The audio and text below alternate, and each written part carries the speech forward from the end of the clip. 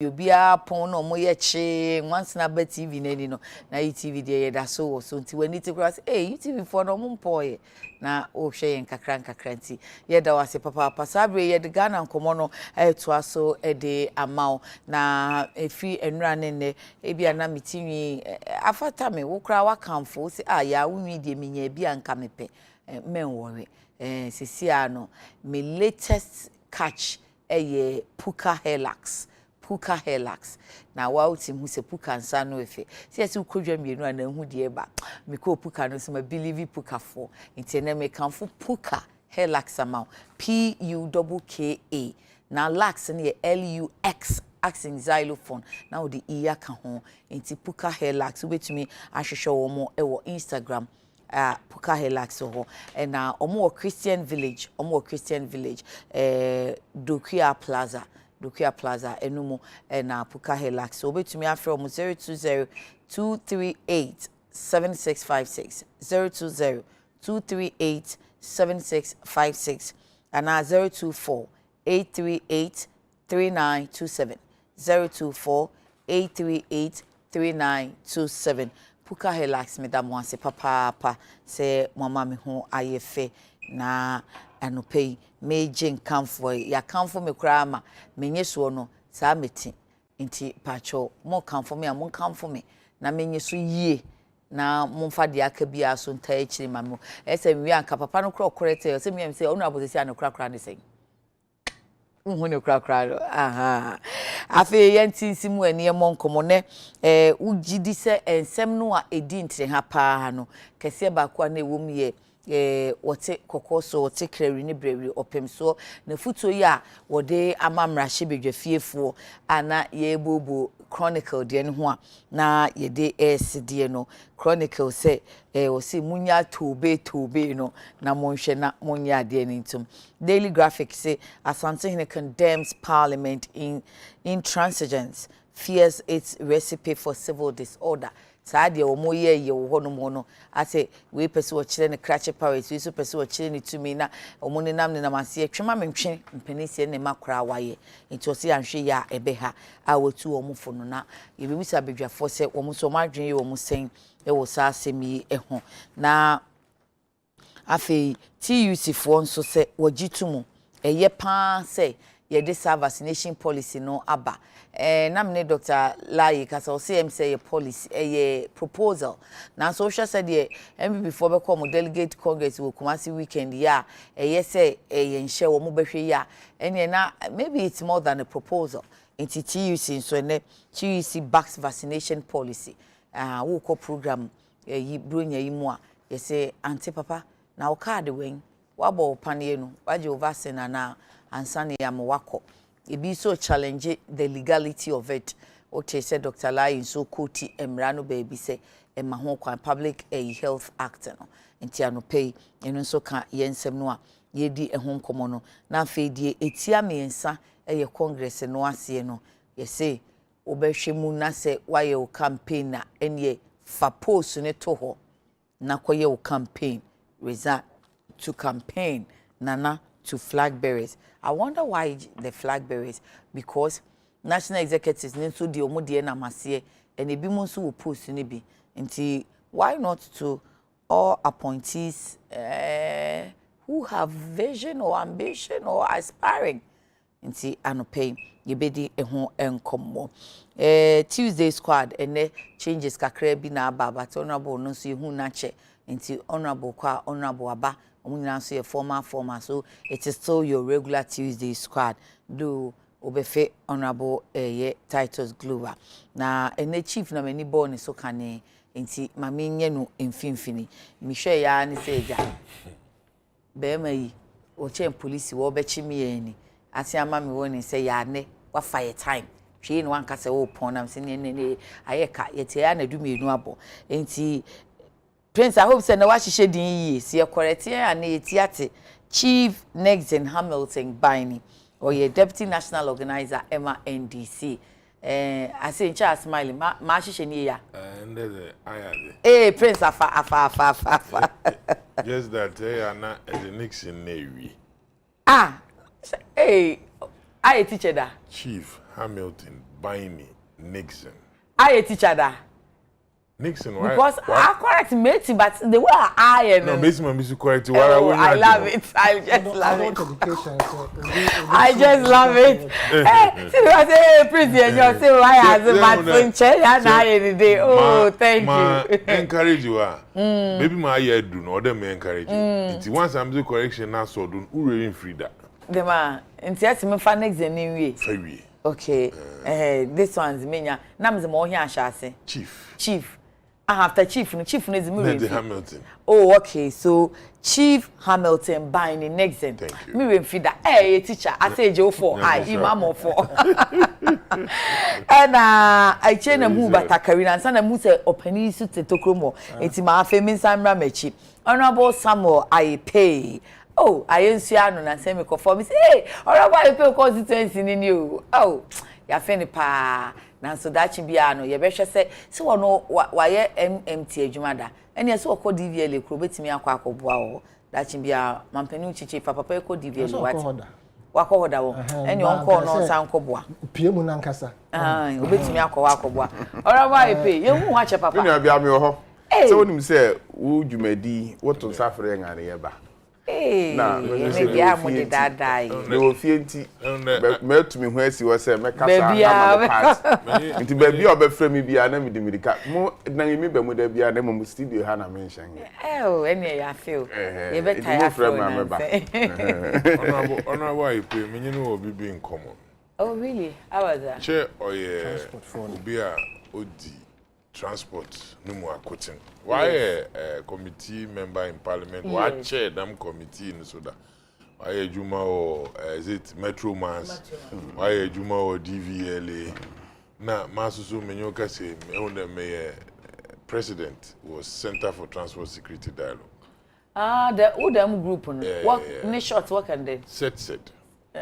Iti yenyuhone share in Tempi na it is interesting say ye free politics na ye discuss about transport mesi mo be ya beko yenyima any position all the issues all the discuss issues in me share political platform and me say hey honorable na politics na yo ma o da body but by no be say me transport me find politics yeah that's and it's a professional way to do what they are na be grant be party na say baby I am mom find politics am baby partisan politics is necessary because a competition one why that say what can no be no to abama I see me nya be ma yaw asaneta no ya eja me penny semba na me kam ma me am se asu oyiri pebre asu tano je asu a wo som yen sa oyo ba tan tano ya say me ya the pollution ya come oh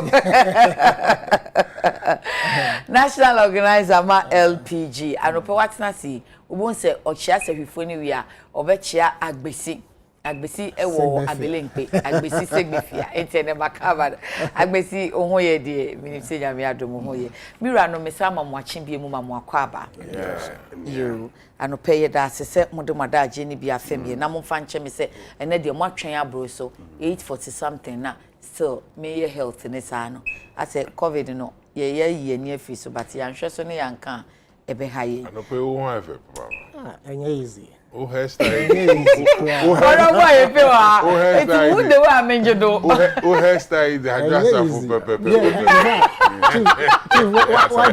why massive o hairstyle is fast make my big terry you hide yo no enya she no smart pe ochina ko NDC but no gra no kwatra parliament ma address for nse and no sama address na kasa no you qualify na eba person we pray praise move for no smart you qualify to be an impersonator and chief I will be perfect the whole true I will last week na Crawford say awo yimpo no okọ representing auntie Mira I was a wife na ono jama ono no secretary to the president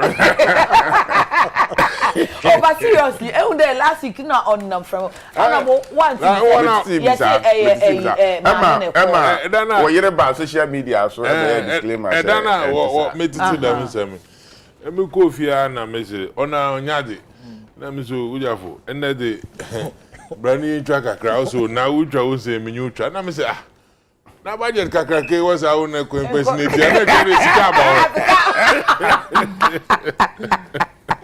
na ya abrat go me kwenso so ma me ho nta me kura o Ade. First na ke because we here to say between na chinchinin ara na me say no nipa no nim no e photo so no wa hu oba waro de den adeje okura nim opo no me say me new number and say that abrat we ya discuss me pay for be from oh nti we ya akasa we say you Anope, for all that you have said, Madam Wase, mini comment Pacha Madam Wase pa. Your chief Yasha say well see ya yes.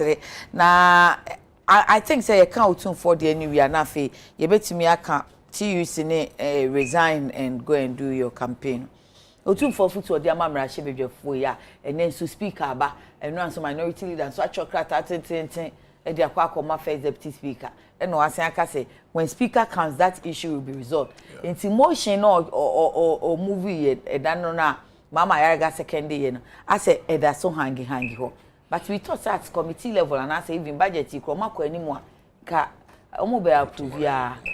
Okay, Medasipi ma memfa we free do na minchia wa hwefo pim nkan minuanuma owo mfimfin mantom e kun fit to be precise. Okay. Our Jimira wo hwedam programming ma minchia mpanyifo amenyi won ehyemu ha na minchia honorable titles baby owo bia nyankopon kan so no asema otumfo wakan na anamo a minority wetu gidi de oye no kwando sentinye de otumfo mo hwe anyi ne mrabe adwuma o parliament. Okay. Otumfo mo hwe anyi de nana opanyi de ekwana wo fado wototo won zaman wo ba fadam kwano do na waye mfaso oda mahen eyi ma yehu de sebi mpanyimfo ahemfo moframa no bia nenyi di ma orkodo wo parliament nature da minti na ehu behia de se BBC wo ho na menua besia yedi hu nkomo a ye nyina yebotum de yedi nkomo na ekodum pempendu bi obeya disuade na obeya afutu na oda amahen fine budget ya dem eken committees na adiri adwuma and I think the eco parliament mo kodo wo ho nyina no aja osi minority hu enyu ado nye de pepeye na sebi emra beye adwuma enti no na wo fi de one position bekaya answer na speaker botukwan mosi na speaker so tukwan mawesi na if follow ma minority or Kenya, it gives you a clear indication there in their minds wojidi there anamombia a deputy speaker otui with regard to them approval no na motion bia won file there approval no onye no kwandon enga speaker obete won nanso as a minority asem na okay. Oh, nche me okay, in their minds. Yes. One more na ye dia no. It's a minority. Okay. When I dream when wojidi there nanka motion na wada ban. No the speaker say na after all no say a emrano no wobobobo hu be ma mrane dan. Okay. No di new ruling no that but them say na wente no. On a minority chere there. After all share my honorable Joe Wise okay and na nejuma oye na interpretation. Yes, you had the power in the last 3 weeks or month. Yeah. Interpretation na you know binu what the buy or trade speaker nara wo ho na or ye nedwuma wo moti deputy speaker no onam do ye MP or interest ne nkrofo no san ye you know ye attendance MP. Okay. And you know minority feel the say them emotion no cry na speaker handle deputy minority speaker what do you call Speaker of Parliament or your honorable Joe Wise. Sure, first deputy. Or ne ruling na do the bay na. Speaker aba. And you know what better what did them asem number 2 nenyim bio. Na wa hwe sentin de under a House of Records. Okay. Most bia I the court na ye twa danodin ye da ya dancing de na ya aka. Echi maso baba yenyim parliament foforo mo baba say bi begina he say bi begina he the minti ehu behia de speaker na ono onye MP na mo ni dwumadin de ono oye speaker of the house otene goma the motion ne baba na wodi ye what that is not about there obi twi bibi san no ye won interest na mom ye di ye botu ye wo ho na ye nyina adwene ma ye critic because Ghana fu binum if he the my minority can owom Ghana fu bi so feel them my speaker can owom e bi fi them my majority fu so work can owom adena ye basa tu so say speaker and kasaba ono betina wa what the corner in chichimu ba ekoma make progress kakra entwe enkomo no nsan looking at it bi anka by Friday say omo sorry now omo ko recess because the house allows that if the house does not allow and come back to cry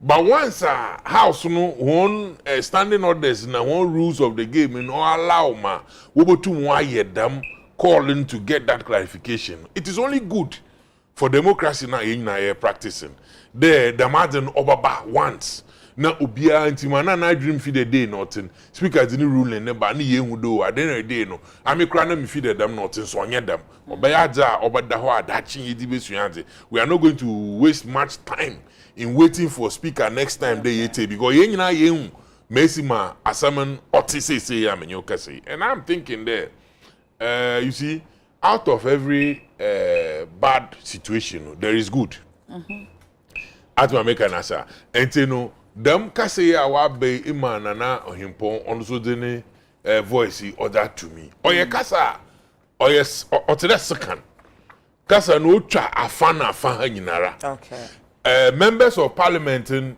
secondary twa hon na order we hon dwuma ye mesi my expect one the same way na speaker na the deputies nyina so ahon so including even workers clerks na nasefo a wo parliament wo nyina no wo nyina so wo beti won ho ase na wa ye dwuma no mo se ofata because ye nyina enyim the executive or ye different from service also no and also no parliament no edwuma wo ye no also judiciary won edwuma wo ye nti ehu behia de ye nyina ye be gidam adena tum na edwuma no so ye no krogin na ibu na nyidi a ye de ma dem arms ni nyina no ye tum ya kodara na ye da heden ye da ma ho I mean I'm thinking there dem na nana ohimpo no pedo heden o kire na adwene o de fa ite ya ehun de binum kra kan de nana ne kase no de bay no na o de o kire de parliament no wonye one dema yi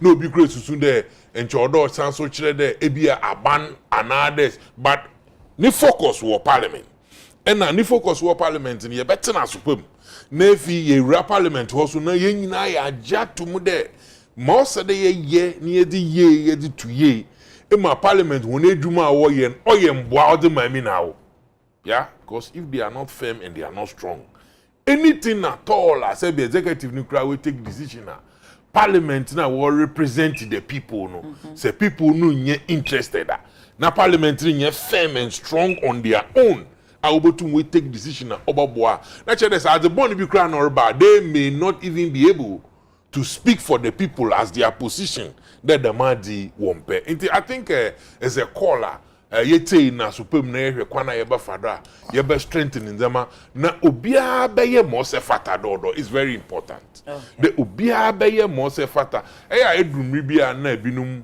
ehwe mesima parliament wa kodo for some years nya onye the mafi nkotia sometimes ehwe parliamentarians in speakers na what take gwem na ade na wo ye na enye parliamentarian enye lawyer but if she ndi e bi orekodo na also do conclusion e da then e da ba but the madri nyina no moa ode ye nyina ye tum ye nya gidi wo mu na won dwuma wo ye ama ye nyina ye koda asa bi adwum fa ade bi no fi executive no oreba ye nyim de ye ntum kwa executive but say ye tum ye engage hon na ye nyi hon kasa na ye kire hon adwena one adwena ya kire no obama won so will inform one position na them position no finally or benefit the people. If it's not about the people, we won't even be sitting here.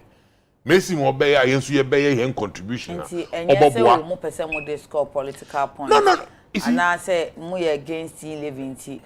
na your numbers in Tiafi be frustrating government. You see, it's about time we stop thinking like that. Oh, okay. Because if we continue to think like that, I'm not sure the service be a parliament in Pono for Sonia then. Okay. But you see, Senka only one brim. And now I'm running Mahon Kong parliament, they will to wait to the manamon. And will be called Father Manamon to now bad a chinchina on French.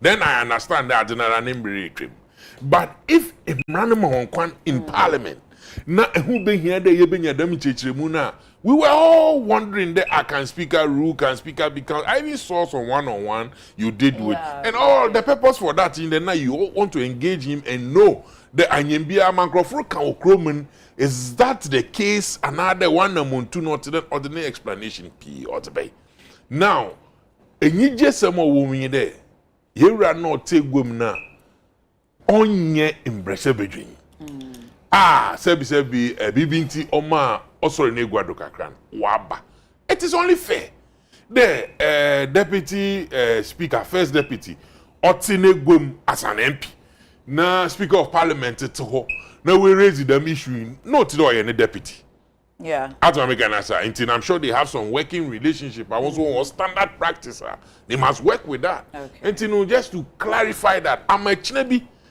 Speaker said you enyimpa. Obotumpo wa bando tukwa na yede manda kwa aspiti but or kwa yeduma fufuru bi. No do bi tina negwe bi kra na onye first deputy no ye second deputy no. Another one thing ni kra wonyi ho ma order for one of them per their rules no no kotinim so that we get things clear. Ama ye adwuma bi a na he nyina ye di yakoma na ya adwen nyina ye di. Thank you. Good we have a former MP here. Yeah. Ebi an time no na a house na ntisese die. Nanso addition dey obetimi aboan. Chona boy pay meet you. Yo, me chia na me chia wetie fu nyina no pay. Na me chia omanpahine na adodan kwakufu ado. Ene na abede akiri Vice President Dr. Mahmoud Bawumia. Na mama esante hina otikokoso. Na o say tutu out to share being mama the tinkwa at the fair far, maybe they try more quiet with Kumasi and the good quina abab and things you see no. Yamani tinkwa. Ya may share make coincidence. I use your football say and found some losing me seat be I may share as a party MPP wabin. Naman so me a casama for a make casabua party no. Na many ministers be our parliament.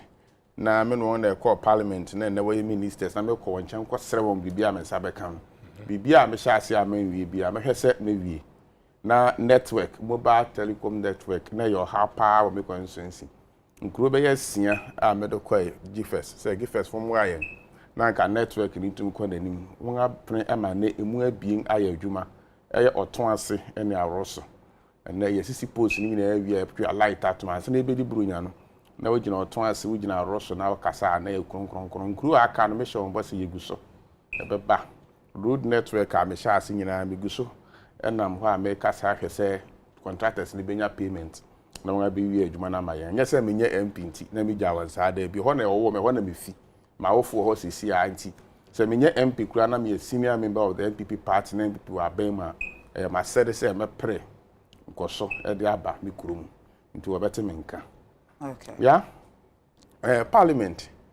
Otumfo asomo kan no medical aka ewo network ahuru bibiri so. Na esan say otumfo no kan ti na ne abe headline topics a ye ka ho asem. Me aka pa me ka say mo sister station Peace FM Lit FM okomo records ma aka si.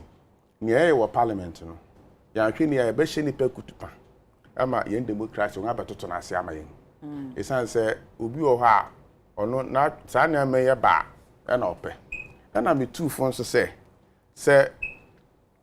enkwa chiri kura ma no susimirim say soja foma tuo so kase me akwoso wa parliament no e ma ye budget yi yentumi hu se na ye be ye na ya budget ya atom na ye de aye adwuma na ye ma nkoye nti ye tu aban agu a ma no susimirim institution na ye di kan scrap on the first parliament into parliamentarians ne e predi ama one party what pretty ama one government no once one here say so we want to one am say na sante hene eken na several disturbances bi aba parliamentarians and na mobedi kan ahwere mo adwuma kan na makohoda nti minim say na city bosom so na wontu ya nka na constituency kokora ayedin ejuma no na fam saa nti saa mmiri ya nyame ya wadoma wawinu seat a waba parliament dwene Ghana ho na dwene constituency ho na fe dwene wankasa nso ho na ye niama bi a ebetumi aboa na onia wo ye na se yehu bi pen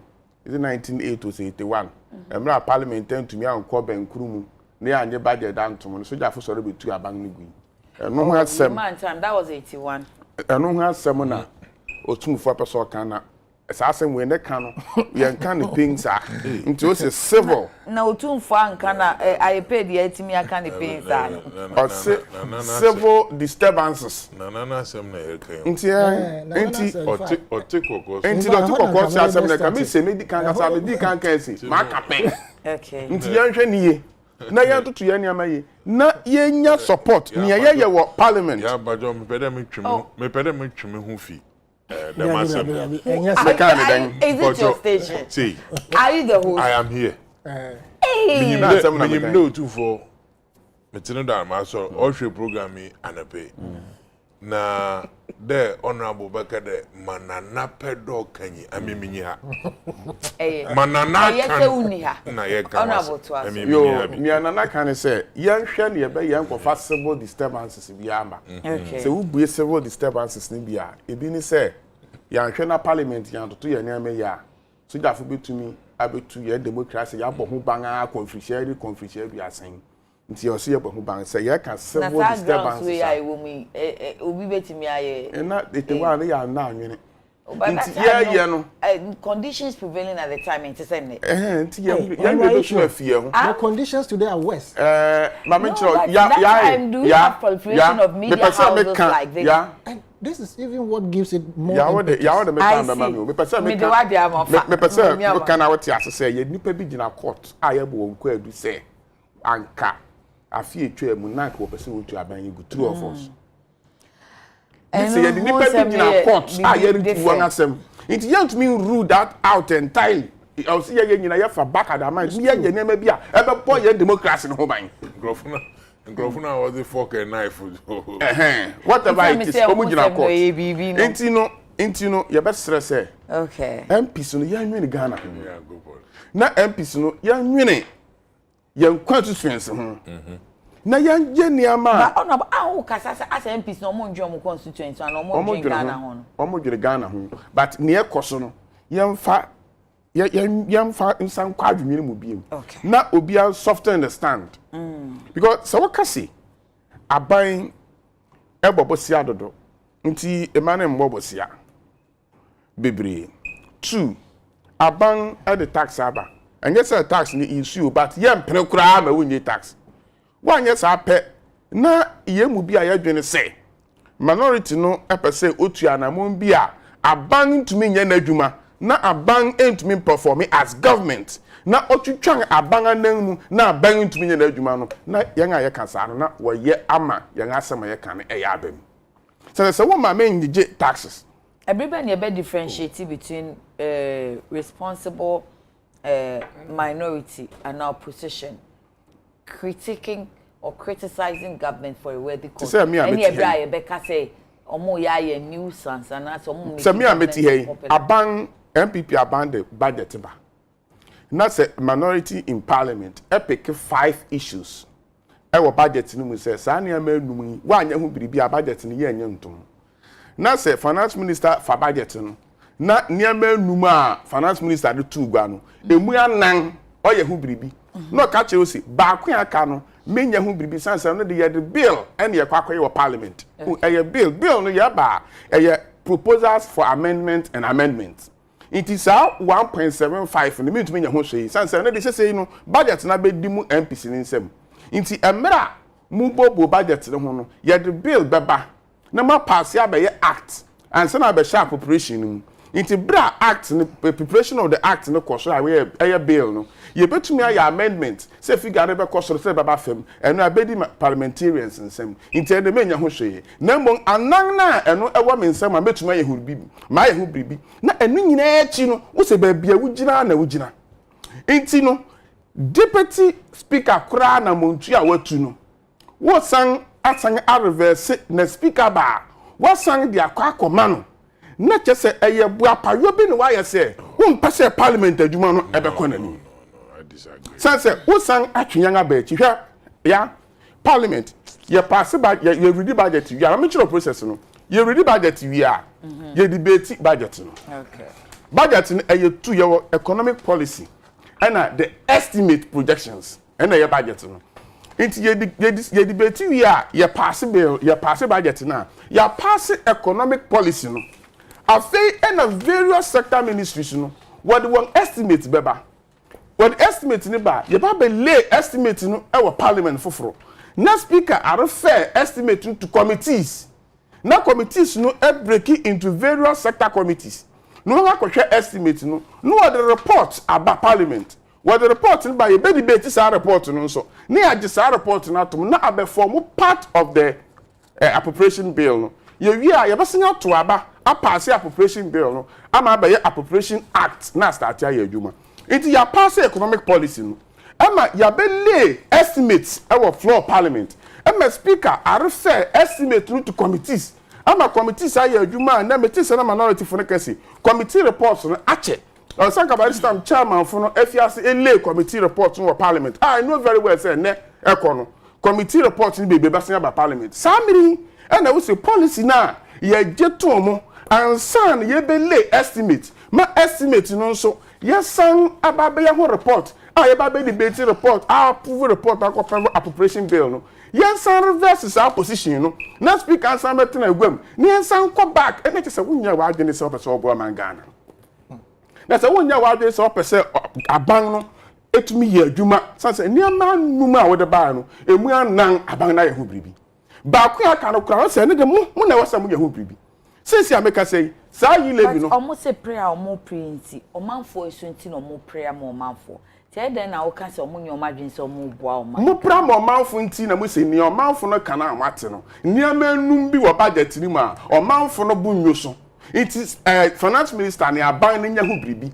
sa ni amanum na mo de kwa ni emu anan wa ye hu bribi ba ko aka ka ho ye anum no aban ni se ene de eye bill na beba parliament into mo ntwan bill ne ba na ne mo pese mo ya fa ho no na mo ya fa ho na nya me as finance minister and na make say 1.75 na betewo so me dia ba eye bill proposal and counter proposal ni ya voni arrive on the figure into say wo ye we nyina wie na so wo de chinchirin ara wo mpren a na che say wo nya wa adwene say na say nsama mo kasi ye ma aban yi ye wo numbers ni nti ye be disturb aban no ye be ma aban na niama ya ye basa no na yen a ye tie chi a ye te sansem ye ya ajeji thank you nti ye be sre say ye be parliament e be recess very soon e was see ye pass budget no and sana ye to me recess make an appropriation bill no ye pass by ye actual no na 2022 January aban de be ye adwuma nti ye sre say finance minister ni aban no ni amanum no watuma ye ho biribi a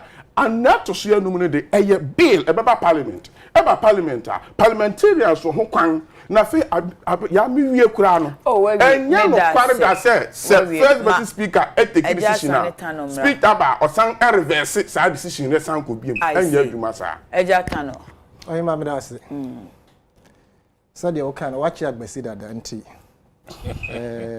mechia honorable Daniel Ni Kwate Titus Glover. Good, thank you for reminding me. He says I should read this for you. Good morning, greetings to you, colleagues, and the production team. I'm watching the deliberations with keen interest. Senior Ipe is a good substitute for me. Exactly. And please tell my respected Akunta not to be his mischievous best. Chief, that's yours. I wish you all the best. Right. Honorable Okunye Nabi Nyokobi Daniel Ni Kwate Titus Glover. Oh no, Troy. Incoming secretary. Okay. Assistant. Hey, you see our coin. National organizer. Ohano Lucy. National organizer. Assistant. Let's catch a secretary. Exactly the case. National organizer. Obi ayaye campaign na kodu baby. But national organizer. Me kwa beya no wasisa I saw suppose so obo wabade. Oh, omakoshi anti ya me say pray ti ha na ya ti de wa okokontesi ba o me. Oh, okay. Tuesday squad nature say yeah organizers throughout. Okay, that's good. Oh, okay, I see where you are coming and then from. become their boss. Yes, now men dane ma no kakra na so if we meche mum creating na kwesi katachi ebu mangama meche so hwe ahemfo meche mum creating me mo official pa yeda mo ase ya ba asem no so no ohima last week me dey asem bi tudwa wadawro ma me kwa ma me dey tudwa e ma me bon crofo bi di ma ma uyi me hu fi mu sa yes na ampa so omo ayete so mo yenti me mbo even institution me mbo modin I think I won't buy some because me na baby na prince frame me. In fact, ye ne hwan na buy no. Omo dey share obi foforo. And I say no, it's not that. I think omo see chief.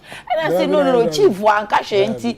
I tried and I recollect am catch prince say asani ne kan say no kan say police for bi tata obi. Omo na grofo no see chief. Prince Francis sister I say chief can bibi and I'm say oh are you sure? Chief didn't say that as if my memory serves me right. Don't your super crash.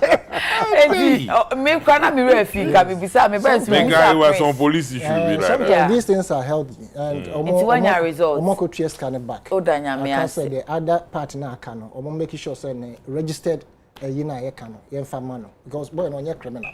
Nti ye do mo asese omo so omo tie na spam no mo ye de so mo ye. Okay.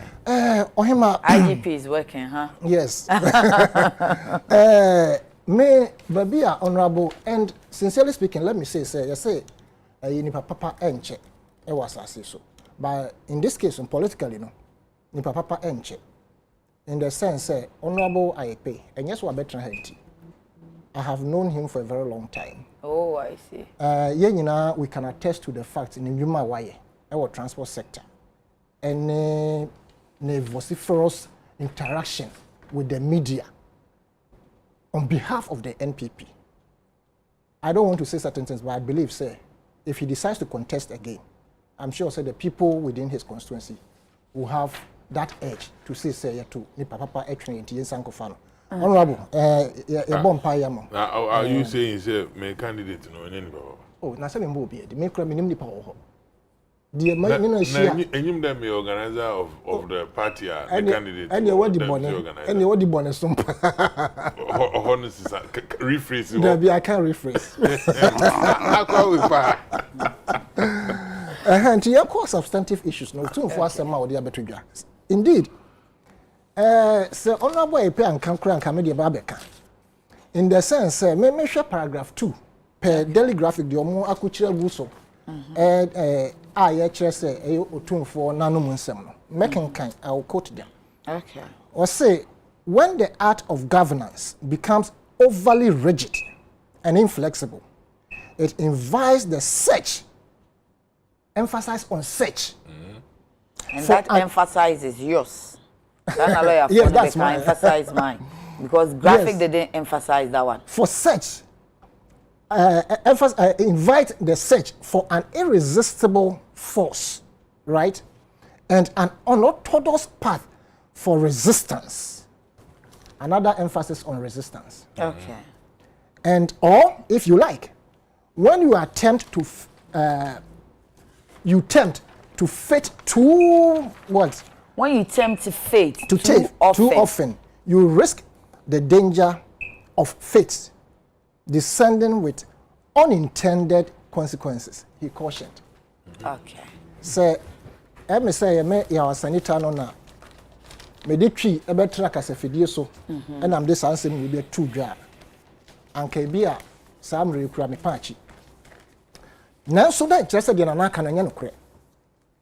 I have stated it consistently, say the hang parliament may be a recipe for disaster, but I just want to believe, say, it will not be the case.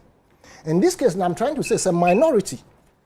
Say, omu to me jina omunan so it defending what we are all against in the budget, no. That you know, you better charm. Na yensan kensi so say, this particular hang parliament, no, a lesson, and I say a rehearsal for I'm saying more law, no, you're afraid to be case law. abeye classroom bi a yedi sua bibi Absolutely. amasadachi say hang parliament bi stand by bi because when you so it's the first time until everybody is confused including them they themselves in the sense say in some can say regarding obi oya 137 obi oya 137 independent one this aye basa to the extent say even acting and answer obi otremama speaker crop in the to declare say oh no once he's on that seat no he is not a speaker. But Usha meaning impuni be say of understanding of that church and so who say confusing. Very confusing. All right. In the sense as you to about once you have assumed that or more Kasoko said then almost once you go and sit on that your demeanor you are above everybody in that August house. Into whom to me can say work of fast standing order the rules are clear. He will not take part with discussion more. But say a kind member is he not a member? No, at that material moment constitution it says once the speaker is not there now you are a speaker. And a member of parliament, once you are a deputy speaker. No, you forfeit it at that material moment. Then the total number of MPs in Ghana become 274 and not 275. Once it has forfeited, it is the constitution that is doing. Is saying you are analyzing the constitution. But you're analysis also interjecting. No, he was a member of parliament, so he can. So if your argument is anything to go by, not of forfeiting the membership as MP there, and a total number of members of parliament at the time as speaker betina deputy speaker bia betina egwemu 274 and not 275. So yes. That's half of 274 is 137, so the speaker was right. We had one independent, so your number doesn't add up. It's up to 137. So but that's independent. So I can't be I say by voting or be voting. Yes. He says he will do business with them. Yes. It doesn't make him MP. The point is, sir. Sure. This time, you can members of parliament present. If we are independent, we are opposition, we are majority, minority. We are talking about members of present. So let me see. Sir, if your analysis anything to go by, now say anytime a deputy speaker sits in the chair. Or forfeiting the membership as MPD. Yes. And anytime a deputy speaker sits in the chair, total numbers of MPs in parliament become 274 and not 275. Exactly you are 275 minus 1. Exactly the case. And when you divide 274 by 2, problem. So we are 274 and divided by 2 become 137. No, and the 137 is 50%. So a question can be put. If it goes against a particular party, so why worried if Wapere will correct measures? So let them go. They tell us the way the thing is. This okay. particular confusion is what brings me to my next point. Okay. Sir, I am proposing and asking, say, through the constitutional review now, you Tamil Society Committee, you go back to it. Now you make sure, say, as the constitution has stated, say, speaker will be elected from outside parliament. The first and second deputy should be elected from outside parliament. So that we don't get this kind of confusion as citizens and even parliament. We are all confused. So for me, that is my proposal. Because the moment we maintain this particular issue of appointing the main speaker outside parliament and 2 members from parliament becoming deputy speakers, right? And for me, this issue of Nsroma enum minority, essay, emwa o manda achi. Bakone e-levy you better have me wallet mushe and sister ya take it go ho me yam je me pram ntantem na me call me phone so na say my mbo say hakra na ebia me kwa say uzu odi ajudin me di ajimedin me kwa babu say ya the that's 23.46 meje 346 the that's 23.46 what's that catch me say failure to pay on the day and now you stipulated what the so mam say me to you so man to me to you say ada power and crap we say to 12.5%. Nti wo de sa ade we nkrofo mo to nsuo wo kwan no ne hu amon omo bobosi afri sa networks yi e de yes small business e bi mo de atra omo businesses nti nipa ne ko bobosi akakra na o de ahye ne business ase ya o kwa fence no transfer 150 amount so ga na o se me charge on the capital. It will not inure to our benefit. A bad anti, it is double taxation triple taxation, quadruple, it's going to go right. It's a cyclical tax. Ebema edi enya dache pa say you implement this ajewe ebe na edi enya tax ya ji asa ya ho na ewo enye ya suku no musi ama enye ya kwan ni enso so wo Jimmy taxes wo Jimmy tax na me hu monumental project that can stand the test of time. I am happy sincerely speaking. I don't want to come and sit here and as if to say you are doing a certain party's bidding, but if you look at the infrastructure on the ground, I can stand the test of time. There be a better me can say me call UGMC almost every time. UGMC, if phase 2 no almost start here. Phase 1 no crop still no right? There are monumental projects at the previous administration with the 85 billion Ghana cedis or whatever it is, no, minus internal whatever, no. They were able to put down infrastructure. Say anka pokwasi interchange. Anya dia na source fund da hodada. And I buy a bus no cancel Beshasia.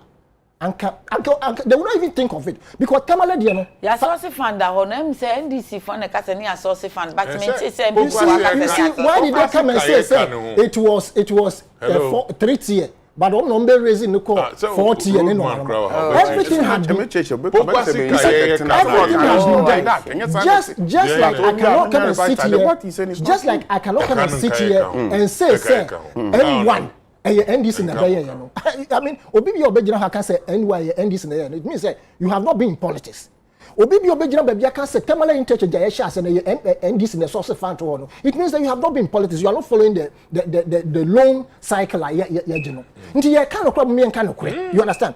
Now once 5 years that's a woman Tamale. How could you have finished a Pokwase within this short period? Interchange, it didn't take us. But the sources of funding no coming year different. So they went. It doesn't mean that it be a previous regime judge, it be a baby or Pokwasi can free, you know. A honey different. Just like N1, but here quite is can free, you know. Nobody could tamper with that particular project. It had to go on at all costs. You understand? Until a per se continuum development say we free we met what you so. But we are saying say we eat 11 if you are Eka energy and I say Ake or whatever they call it. MYN. The minority, I am sure they are not debating or demanding the removal of Eka energy or whatever it is. But that's any modification or address. You see, it is not just about modification. It is about what goes into it and the benefit that will inure to the country and the citizenry. If you go and pick a Japan deal, it's a very stinking deal that is going to inure. No more in the budget. You see, Honorable, my China agency so say they are not in the budget, but he prefers to tackle it. The Japan deal is one of the stinking deals, sir. It is not going to inure to even NPP party, just a group of people, let alone Ghana for. Ghana for. To collateralize our mineral resources. Was he or year film? Well, I'm amending some paragraphs be moved. By a young film, the Japan should never have a way in the budget. You understand? So we are being truthful to ourselves as a people. Those of us who are outside. Now more parliament. Has it not been somebody's interest? And come over tin says I normal way at all costs and share budget anymore. These are the things we are talking about. Thank you. And for me, I always conclude by saying, His Excellency the President has destroyed the image of the party that former President Kufuor built. And if he doesn't backtrack on some normal and what for some didi anymore, oh my Ghana. Meda say, Mami Kenkan Kakrana Femi Samram Ho Ablade Fia Kumosi. So now is Honorable Joe Wise an MP or a deputy speaker? It's a question he's asking. Boawunia says Ghanaians don't want to pay tax, but we want Ghana to be like UK, grow. Musa Batwa, extremely high expectations from an overwhelming number of Ghanaians on the NDC caucus in Parliament, not to let us down in our collective resistance of the e-levy. Minority cannot be oblivious of this legitimate demand from the people they represent across the country. We cannot accept another burden when we're already suffering to pay nuisance taxes. May God help us win for Ghana. Nsroma Nelka says, even the entire NDC party knows they come nowhere to compete with the great NPP party. Because NPP is better than NDC in terms of governance. They should stop making noise with their lies and cheap propaganda, because NPP is breaking the 8 years agenda. Daniel Boadu says today is his birthday. Okay, happy birthday to you. Mukaila Jonah said inside K. Otunfa spoken in clear language that we as citizens need to pay our taxes to enable government to execute their policies and programs. So we don't need the NDC to exert any propaganda explanation. What until then?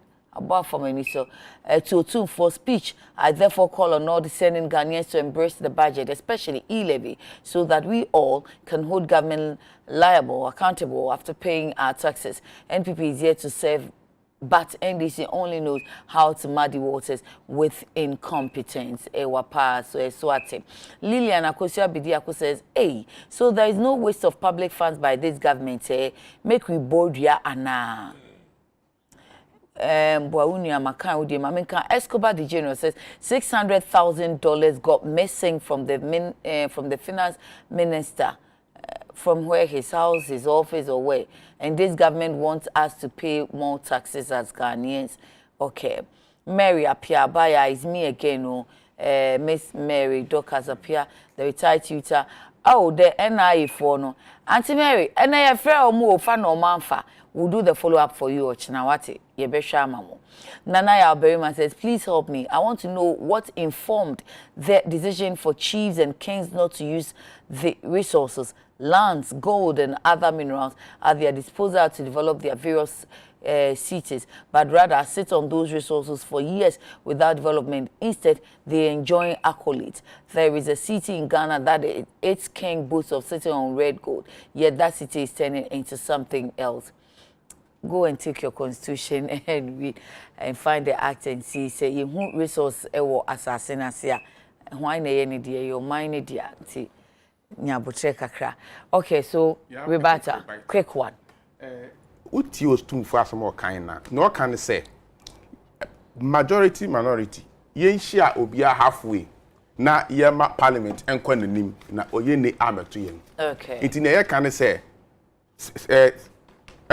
finance minister etumi at the budget no aye corrections or budget ni ne ye can say minority function tiase ne wo meet majority ni halfway. Okay. Na wo nyina enko bankuru mu ne yenko yen because the taxes ni wo aye ntumi enye na fe besa me kire say obi obekase ye je taxes enso ye hu adwumakwan a ye di sika ne ye e wo manimu no mesere say ukofa parliament yen order paper na at bosia biara ye je wo Ghana ha bia no ansan ye de bosia no be ko parliament ni age atomo no ye kire adekodi a ye di sika no ba be ye okay ansan approve na ba ye wi a ye me referral edema committee a oye in charge say ye rules baba rules and transport committee ye wi ni approve a rules and transport committee ye wo budget a wodi ama yen a e wo se ye tua na mo ko say agreement a ya approve ma aban so or the kwakoye interchange no oya na say onye as individuals members of parliament you who can say you train minister by parliament you be the parliamentary questions that is where the problem is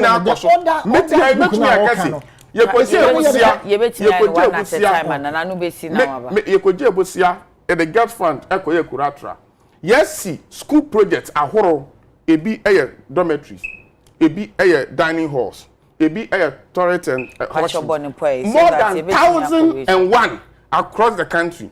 School biara ubeko ewo Ghana ha no SHS but there has been an expansion project so ya expanded road network ewo men more than any government. You have to rehash so no can say only ye monumental project biara here and I make sure Pokrasi interchange. Thank you. Me person make sure we say Pokrasi interchange former president Kufuor and on ADB African Development Bank ekwaji loan say ye baba ye awoshi Pokrasi awoshi road no na there no there will be an interchange into a face by face sikani ye ready pe and president Kufuor lose power and now President Mills yes our road who say double road na kwa awoshi no it is the second phase and the interchange na that is the interchange na ho no the continuation of that project It is here, but trust me, African Development Bank. About year, bay. About 2018. And yes, project. About $70 million. Interchange in a book or say, almost $70 million. I was the chairman of the committee then. I was she quite so cost. I was she quite not a mere chairman, just a refer and send but here no free 70 million in one sound. No, I'm trying to say interchange you know 70 million. But the whole project is about 250 something million. Thank you, Chief. Your time no na you see, it's important that you be there or your man na ye chichi. Yenya e Ghana for. You believe in a different political ideology. I do same. Honorable, you do same. Everybody watching this program in him. Nanado Danko Akufado, President Akufado Nankasa. Oko commission project. Onyimde njuma papa nchimba no woye to hon. Nentua do yi commission no koye. This is what creates the problem. Edikanfo na eye nye nchirima. Nchirima ye ai beba. Okay, edikanfo woye. Sorry. Ejuma papa edikanfo woye. No commissioning no koye. Aso man paying. And you know how I try parliamentary committee. You know ejuma woye. And son from President Kufuor's time. Honorable Mr. Chief Mama na how. The man na waya na what the power ma hon in Gwase Troka. No man ye won train. Say Otufo. Me quote no Daily Guide, a Chronicle. Chronicle rather. It is our good yempapema that our representative in parliament Yembranche Bejofun subject the national budget to the most vigorous scrutiny and to call for changes. Yes. You go on and on, there are other things Otunfo said, but this gives you clear indication. Then Nanana Kasa Jitumude, other parliamentarians know what you do. Now one can't see. As a government must always have the humility. Says Minkanisa, or the government, Unya. To acknowledge and embrace useful input from all sources. That's what Otunfo is saying. Okay. And Massa, you see, I had them my weapon watch there. Honorable Mite American who communicators here as if there parliamentarians now war minority now will represent one microphone. Sebi. One microphone and na MPs na one day. Ma woba kebia no mo be fi won ho baba ne pe no yi na won cheche omanda, and that is what Otunfo is advising still won't take. Aba asema na we si parliament wo oye bill ya wada bay aye baba passive onu hun sama no ka fada menza mebe. Today as we speak, he knows that committees are sitting. I will discuss issues based on them policy proposal in other parliament. He knows. Are you not aware? I'm very much aware. So what is the problem? Why are we painting committee? Chief, why are we painting a picture because yet platform in Ghana fresh hand to let it look as if the minority no sebi want the basa one pede a ban nejuma bakodo was sabotage. Meanwhile, you know ajitum that what now I would do unkomo. Comment agencies, we share one hour you want to do unkomo. What they are saying in there, why consult one crofo? Pape said be onye NDC ni. Oh. Oye Ghana ni. Awalankasa ya to way. Enye NDC ni. Oye Ghana ni. There are issues ye raise finance minister now. President ni chocho mucho no to won yiri ye juma no. Onukra wajatu. Onye president akokasa. E man zemani bi ha wajitum no do ifio. Yes, so onion say money about the madam group here. But why do we want to make it chinchina? And then lastly, you see, honorable. Amidi say who be here? There, them speaker and semi a yenya yetu. Yenya ya damn pocket lawyers. Me school mo bro for me ya nida ni yenya ya pimpendra. But you see, so what the finality to her? I want what the yenya mo mbrese bedwefi. Enti no dam semi what discuss mo honorable what the finality to her. So our kasa na refer to dameyina. Me hwe ka meja to.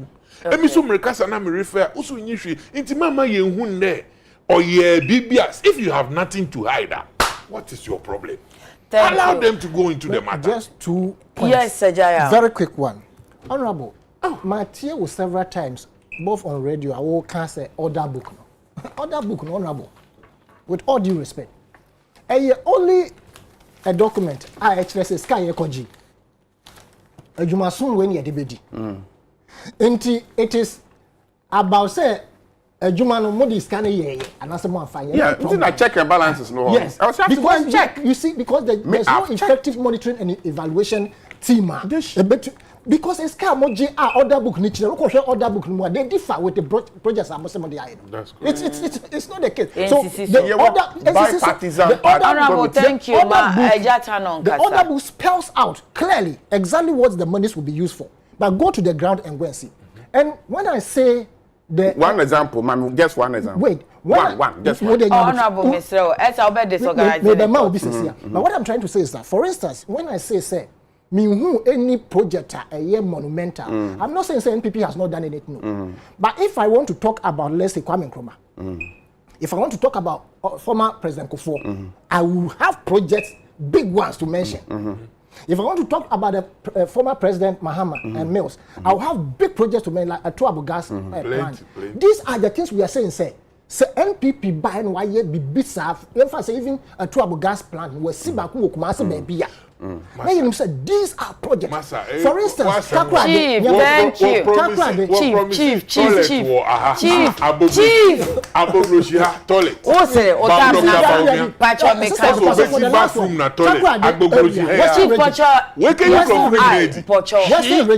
the current administration has cut the shortfall and interchange. Why would I sit here in the near future and say, hey, NDC and I say Liberal Party project? Exactly. It's impossible. So for me, what is the truth is what I would say. You might, when he said that I'm not an NDC, he thought that his response sarcastically, thinking I say, me NDC. No. Oh, no. Obichabi was not your baby project. That is why you have a problem. It's a continuation. And I'm saying, say, it's good. Tamale interchange, the first interchange in Tamale is near completion.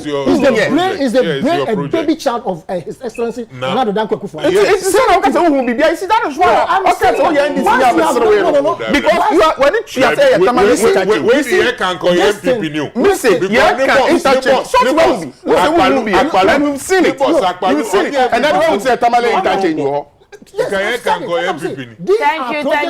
And one at a time. Yes, and look at say new mama example. How many of them? And I can give you many of them to that. Go to. And we have thank you. From the scratch. Thank you. Oh yes, I'm on for or say job for the people. That's all we need. And take any task you want. Okay, so we pay the tax, you give us jobs to do. Atanga Bernard, good morning from Kuntinasi around Bosomche. There are some OMCs charging less per liter from Goil. A store operational, our crude oil is at $54 per barrel at the world market in the 2022 financial year, but the current world market rate is $73 per barrel. Why doesn't the government sell the barrel of crude oil to government at $54 per barrel, plus the refinery cost, amongst others? Provide toll is operation. I'm not getting it. I think type will be brilliant. It's operational, I'm not really getting it. Thank you, Chief. Okay, Escobar the General says, Sister, please ask the NPP man that he should give us 7 projects this government has done. Yes, I will. Prince Anafo says, it's difficult paying taxes, but it's so sad if taxpayers' money is being used to charter flights. Papaya says, under Act 101, which act is that? Both Speaker and his deputy lose their votes upon assuming the position of the presiding in Parliament. Nana Ekia Elatiku, good morning, Fisher Party, you and all your panelists. Most Ghanaians don't pay taxes. The government, in his intelligence, must find ways to run this country. The NDC man is contradicting his minority leader, who has accepted the e-levy with the suggestion that it should be reduced to 1%. Greetings to the best Greek minister. Okay. Tom Haruna from TK Tamakom to one side 20 says, I'm once again reminding you of the waterworks company in Tema. You promised to call them and let them answer why they serve us badly like that, especially Sunday against Monday.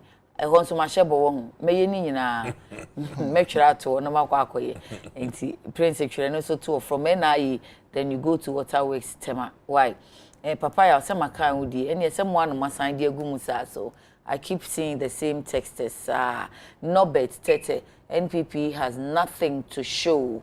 Okay, so ono ne de no pena new one abem enti mo ma yen hwe we say na yen koye nim. Yeah, next topic abadi. Next topic yen fa bie no obi amfa krokro 5 minutes ne mfa mpon ma eye comfortable TUC say aban hyehyeye say bronya programs ahodo anipadodo obekọ ase no so ukwa ebehwe say wabo pane ansa waje vaccine ansa na yama wakọ nye saade ma wonko na Dr. Yabansi omofo aso ye ti omokro mbe organize omonkrofo no ama omakọ akọbọ wo pane no na etimi aboaye na say sa compulsory policy no it take effect from January next year. And so omunya yanka omuninkita ho more deeper engagement emra. Then yebeshe other one no NPP Congress omukọ Kumasi over the weekend omu say mampeni yes omu say mampeni say wa opese wo ye ye oswafo na appointee no hwemu na ye entisa resign na kodi u flag bearer. So daily guides resigned to campaign Nana to flag bearer. And then I'm wondering why Yankase to appointees, because some appointees are aspiring for national executive positions. Saying na post to be no extra change. Oh no, why pay? Ube can't hear. Yeah, me the meka COVID na. TUC supported. Okay. All right. Nia, mesra say the topics. But second round topic nanka me expect discussion we are president honorable overflow eti yebesre young MPP conference aye wo Kumasi ya hye say we are win kita over nation card no enya ade yebesre obia memene da kwasida wo be call conference ni bi mo modern say we do vaccination card be ka ho akọ say wo vaccinate yen so modern say fisa amiri ya akọ no be kọ no akọ ye no nya wo card sanse we ni card a we hye president any aban no asudi se obobo Ghana fo nyina ahoban ahoban bo no enye se bi a etuo ana security nkwan health security nso eka ho ene yeto abama aban nti aban asede aban no enforce obi a se ye kekere wato ho opo soja fo enti wo hu kurom na ye kire obi anto ne ye won pan ne enye no asem na ye ka se na nipa bi age aboso se aban enforce so obi akọ pan ne mu wo ho kwan se obetuma ka se obewo ana se wonwo na mmom ni abanka ne se wanwa there are certain facilities bi wo ho a untumi enkom bebi wo ho a untumi nko bebi wo ho a ye be restrict se we ni card a enya de ma kwan no wakọ ho senia wo fa ahodi na you human right say wo be wa na se wonwo no saa na chief mining nso ono nso wa wo no ono nso wo ne fa ahodi se bebi wo no nso fia ne wa ma ho no wa fa o yare no amesan no nti bebi a wo human right ne end no ho na obedience so e shaase nti o edura na e wanyen.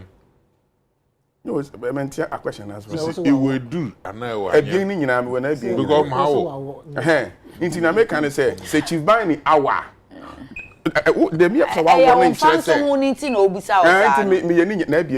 do na nyere. Miss me will drink a can of me young my bench. I'm better than an anointing my bench. Inti me a ya see a children say. Who are COVID vaccine? I don't just say we are need. No more we are. Ain't me yet the ding. Maybe I need to come in sense of our panning into woo. And it is a chief by any hour panel. No, not say ye kwako shia, aqua dance, ye party, ye meeting be. Now do is a woman writing to one wa, share one my farmer sang. And it is a wounded card that just a wawa. Baby, I chief by any young I want ye one, ye my one baho. And the immediately said, no quang, young find ye juma. We are per president, you know. Say what 3 years, I'll see you beyond all that said. Nanda Kufa the best we want to break the 8. It is why you're busy now campaign ya jawu post no to anako campaign na be do president obi a titi afi bia ya dey foforo kra I remember that say me sha say afi baby honorable ewie ye na yeah they were food so I don't think they pay them COVID protocols no they are starting chief May pray time umpe. Obi true challenge. You never respond. COVID protocols. Oh yeah, my main respond. COVID protocols. Prince my time kakra. Who be here pa say. Ma Ghana for and tone futuro. I mean medical sector no. Among tone futuro ngwe ni so en hye. Ma ban en hye by force. No more won kropo no omu. Hey. Oh, it's not true. Oh, honorable, Papa, it's an idea until I met you. Maybe some amount. You didn't know. The doctor first and second jabs for boosters, isn't it? Yenim so say, even boost, booster, no. Still, so-called Omicron or whatever it is, no, still and people are dying. It's on record. But yes, and Cassani, so, Ejatano, and in the phone say, so Bopaniana, and Chester Unyariano. Name mum said the enka a bed do crow wafa, a bed do sawa, and she a beku, and no a bed buff. And then I a Bopaniano crana vaccine, we are so ye bedi COVID protocols, Nesono.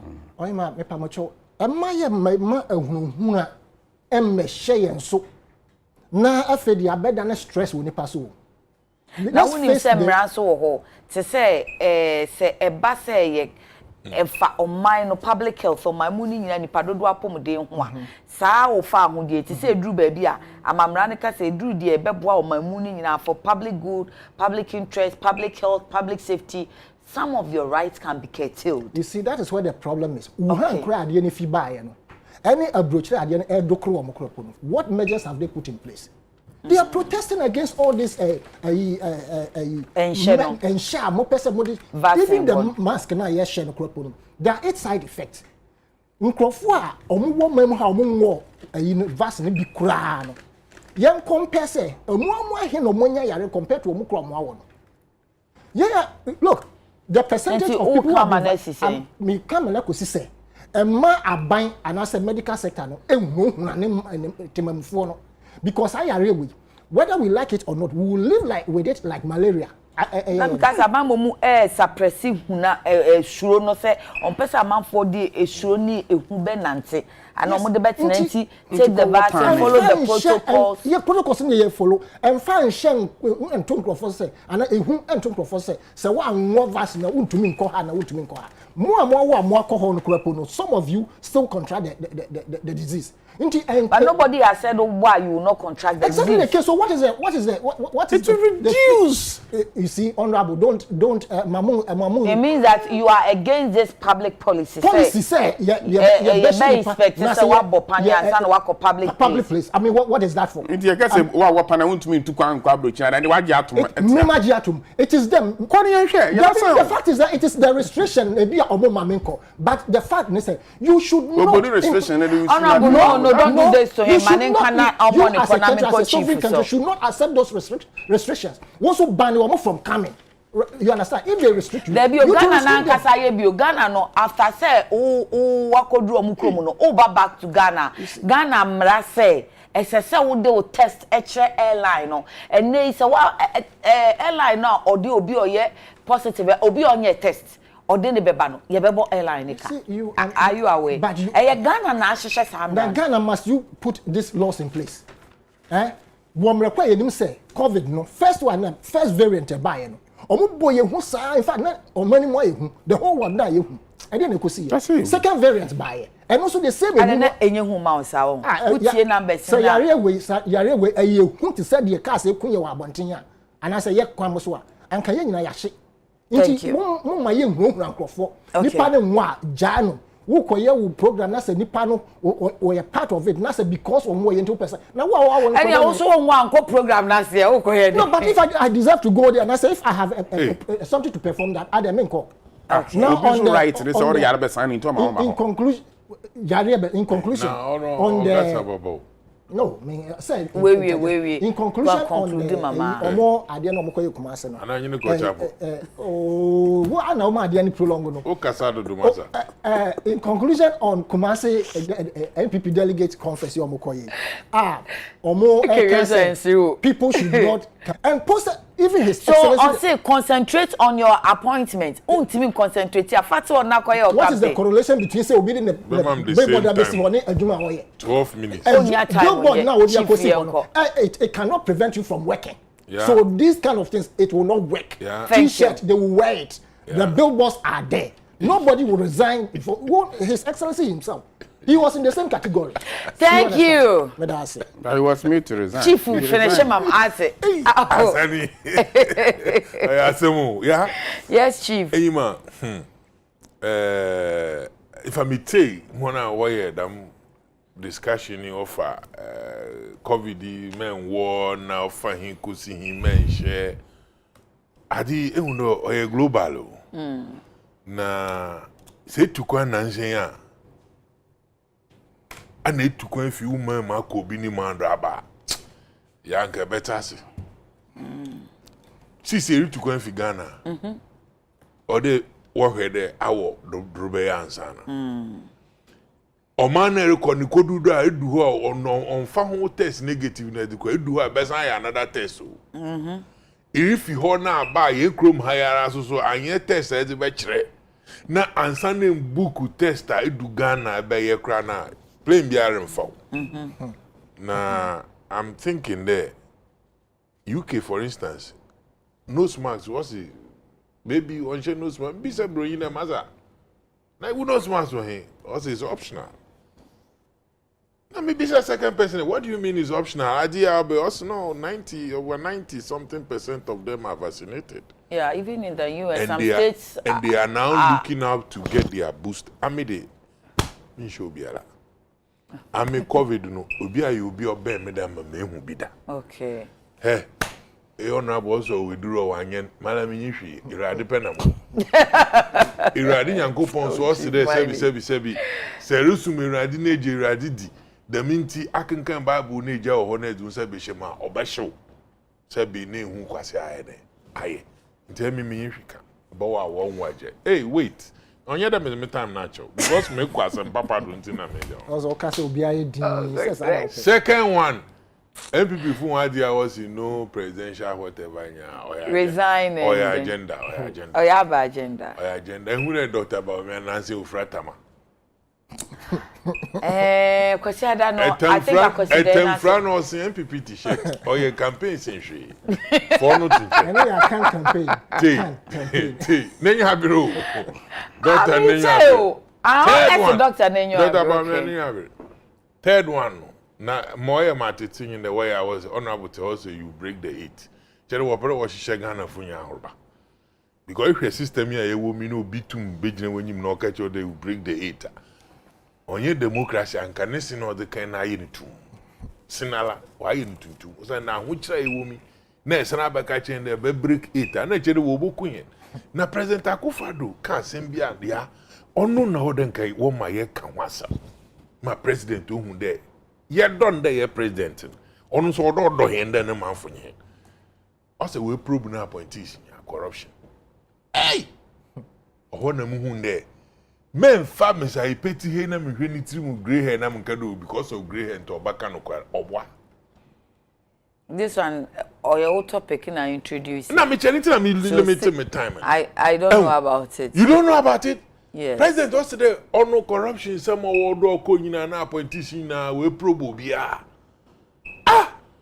Na hwen sama wa kodo wo man ha ya for the first time in the history of this country.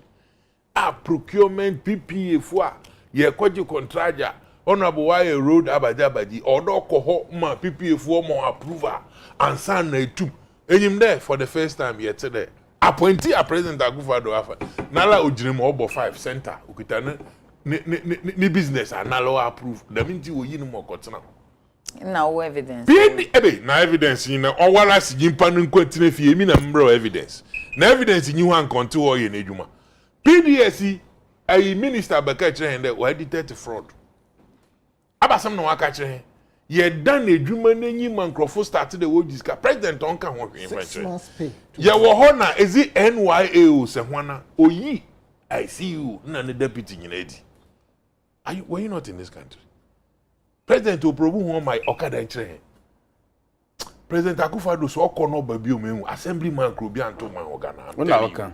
So kono babium. Because Ghana problem go possible number 1 to man and or chance to come. Honorable. Orebati na bra yiti ha Mr. Wa. Oh, mani na mempo. President Akufo-Addo kono babium na wo boto a. I no buza. Mahama wakwa ba obi no boto. Obi anto abanfama. O senti de. Mo ye yawo mo shiponyi de. On give a damn. Adini kodu na ihe nyina ye huma wala nkasa twun krofo eguan ifa krata bi amato o man ya sabi yedi tu mo hwanyi enti nkomo mehu do anamo ametunyi tire mo si mesi asutwunyi ana onu krenti ne meyi ni ntimi fa ho bio inya podium na fo ya ese wo out the corruption the a fight wo appointee bia o ye bia e problem me ho list go a improve she safi ma ya de mitumi pon ya me shraw President Akufo-Addo ya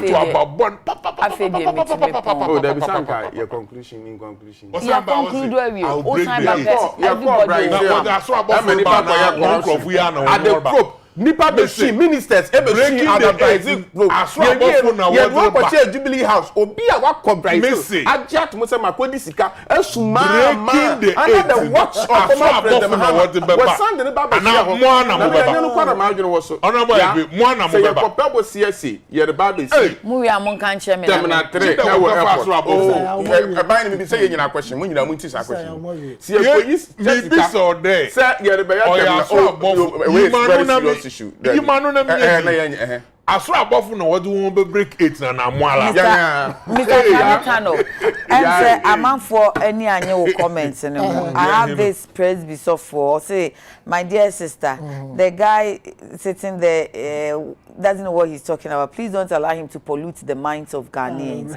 He's not being a good citizen. It looks as if over here it is the same thing that's going on. You see, globally, they feel you are misleading the public. Globally, there's no force. In Shebia no bias. Globally, let me advise you. And that is not right. Right. That is not right. Can I listen to that advice? Let me advise you Oh, and your team and any media house listening. Obeya COVID in semen. So bani abeka wansema one for doctors in Mramba. yes, exactly. I'm that's way because no, listen to me. TUC for na ekasa. What response edebe ono ama bibia ba my dream. I'm just sharing with me. Emi mo we mo mi believe mo ma sorry mo whatever honorable woni bibi ebi hunu mo wa contract ya waji believe bi o won owo mu won de won pede wo beti wo theories speed na so ma kwankura ma mo ba so for I don't know can change over witness for say moja o monje no and also I mean any panel right that's why and I'm saying sir I am not against the vaccination or whatever Dr. Dennis Laidi kind by Emma or Trey here say obi abo vaccine no enti mpacho me the doctor abama mo ansa na a statement that you see for making yen so me busa panelists ne mamo mo de me gu ha mamo na ante NST na buadu o wonsawam ante NST na buadu wonsawam ante NST na se na wawoda enti wasew Alex tete ema happy birthday nyame nhyirawo yo honorable Samuel Ayepeni wonu no ye kane mrahebedwani ma omanfo a wonu ewo ayensua no sesi a otwen se ye bema no assignment foforo ene ese onim de ewo transport muntie mfa no ko DVL menene betina memba be production for next week team menene betina ena chief Baini Hamilton Nixon me refi bi o se me fa Nixon ni kosi akire teacher ni na kire me nti o se me mabona Chief Hamilton fans am da mo nya mama ajimani nti o be sha say wa throw initials CH e di aka Chief Hamilton Baini Nixon and so be dem dino today no break it what the title e can win dino today no break it Pacho deputy national organizer Emma NDC chief medase ena yaw asanitano eso yi pebre wono se national organizer Emma LPG ye twen ye nua titles Glover former MP Tema East say obeba be di national organizer ye say oko national organizer make oko national secretary afi oh it is true me yes ne wa fa se ni asaneta no enye on ni free secretary I have to confirm from him because na my am ask like na chief no unko secretary chief na o fa se ni asaneta no onye ni free secretary into can me Jesus e chere John Bodo amana bribe wa mo hona bribe no be a declare secretary oh sorry show am me nyim hu but pa chief dey be na chi aye mponde me da puka hair lax ase e wo enyi fefefa odi ahye me na wotwi puka hair lax e wo Christian Village now owo Dokuya Plaza ubetumi ehu no Instagram puka ne PUKKA now the hair but lax ne LUX as in xylophone E Puka hair lax. Friend 020-238-7656. 020-238-7656 and 024-8383-927. 024-8383-927. Midi edi yakunama. Diaka obi amubia mumfa nkofie china yebeto aso ate. Meda mo ase.